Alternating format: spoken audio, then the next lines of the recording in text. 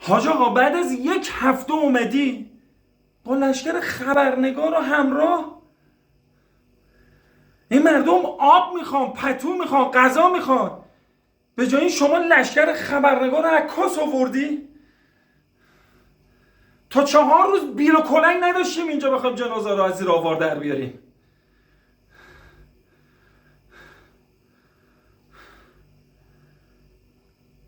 با همین دستام جنازه دختر کوچیکم رو از زیر آوار در آوردم. انقدر کندم تا جنازه زن و پسرم رو پیدا کردم. جنازه پدر مادرم هنوز زیر آوارن. حاج آقا این مردم سرپناه میخوان، لودر میخوان، بیل مکانیکی میخوان، نه 4 تا ژیگول کچلواری که بیان اینجا عکساشونو بگیرن برگردن تهران فراموششون کنن. آقای فرماندار، مگه شما تو میدون شهر به مردم قول ندادی؟ آقای وزیر کشور گفته آب و پتو و غذا به همراه تجهیزات تو راه اونجا، پس کوشن. کجا موندن؟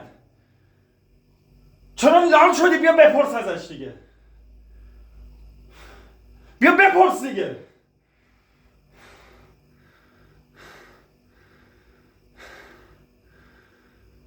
به خدا امیدی واسه زنده موندن ندارم.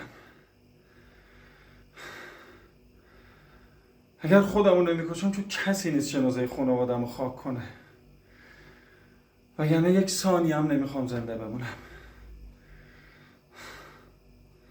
اگر یکی جور غیرت و مردونگی تو وجودت مونده باشه امشب از قصه و غم و درد این مردم دق میکنی.